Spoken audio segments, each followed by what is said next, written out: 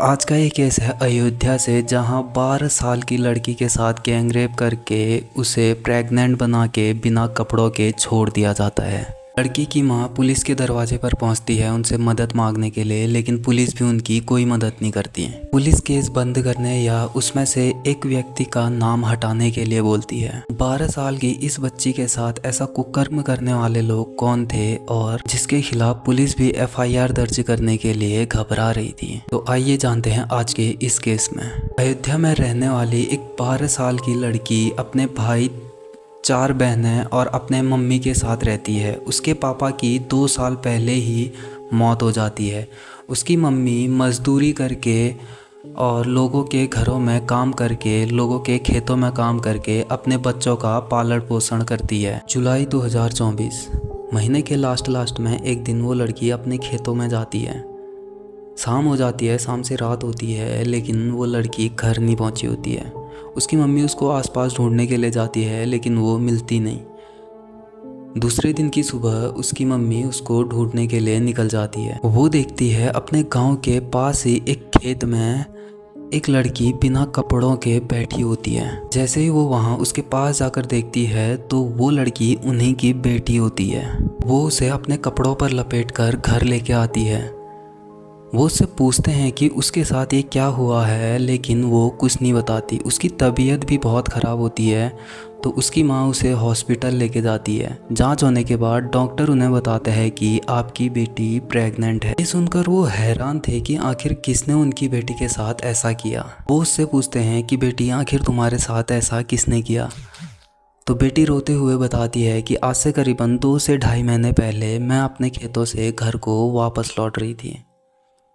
वापस लौटते हुए उसे रास्ते में एक लड़का दिखता है जो बेकरी में काम करता है, जिसका नाम राजू है।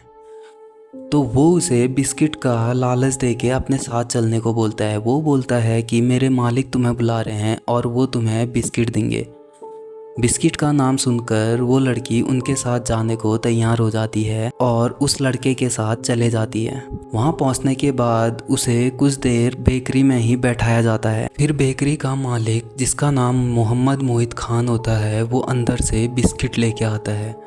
जैसे ही वो बिस्किट वो लड़की खाती है, उसके बाद उसे चक्कर आने शुरू हो जाते हैं और फिर उसके बाद वो लोग उसके साथ ऐसा घिनौना काम करते हैं। जब मोहम्मद ये काम कर रहा था तब उसके साथ काम करने वाला, उसके लिए काम करने वाला राजू भी वहीं पे खड़ा था और वो मोहम्मद के फ़ोन में उस कांड की वीडियो और फ़ोटो ले रहा था। मोहम्मद के बाद राजू भी उस लड़की का रेप करता है। वो लोग उसे धमकाते हैं, अगर ये बात तुमने बाहर जाकर किसी और को बताई तो वो लोग उसकी फ़ोटो और वीडियो सोशल मीडिया में डाल देंगे, जिससे वो किसी को मुंह दिखाने के लायक नहीं रहेगी और उसके घर वालों की भी बदनामी होगी। लड़की इस बात के डर से किसी को कुछ नहीं बताती। वो लोग जब भी उसे बुलाते तो उसने उनसे मिलने के लिए जाना पड़ता, इस डर से कि कहीं वो लोग उस फोटो और वीडियो को वायरल ना कर दें। और दिनों की तरह उस दिन भी वो उनसे मिलने ही गई होती है, लेकिन उस दिन बेहोशी के कारण वो अपने घर को लौट नहीं पाती।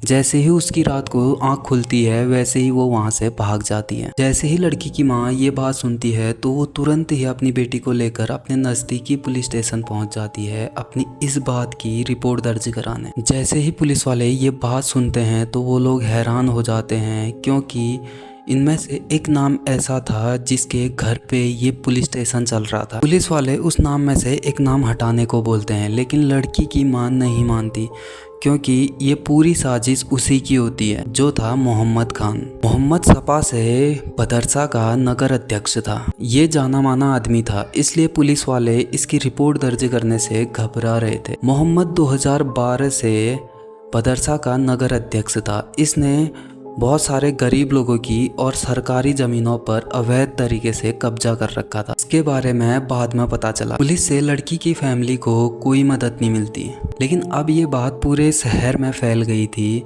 और मीडिया भी उस फैमिली के साथ खड़ी होती है। पुलिस जबरन रिपोर्ट दर्ज करती है और पॉक्सो एक्ट के तहत दोनों को गिरफ्तार किया जाता है। मुख्यमंत्री योगी आदित्यनाथ भी इस परिवार के हक में बोले। मामले की कार्रवाई न करने के आरोप में चौकी इंचार्ज अखिलेश गुप्ता और अध्यक्ष रतन शर्मा को सस्पेंड कर दिया जाता है और मोहम्मद के बेकरी में जेसीबी चला दी जाती है। जब मोहम्मद और राजू से पूछताछ की जाती है तो राजू बताता है कि वो और वो लड़की रिलेशनशिप में है और उसी ने ये सारा काम किया है। अब इस बात में कितनी सच्चाई है ये तो किसी को नहीं पता। जब राजू की फैमिली वालों से ये बात पूछी जाती है तो उन लोगों को इस बारे में कुछ भी पता नहीं होता। वो लोग अपने लड़के को एक सीधा साधा लड़का बताते हैं। जब यही बात मोहम्मद के घर वालों से पूछी जाती है तो मोहम्मद की बीवी बताती है कि ये सारी की सारी गलती राजू की है, उसी ने उस लड़की का रेप किया है। अभी भी केस की इन्वेस्टिगेशन चल रही है और बड़े बड़े नेता और बहुत सारे लोग इस केस में जुड़ चुके हैं। वो लोग चाहते हैं कि जल्द से जल्द इस लड़की को इंसाफ मिले।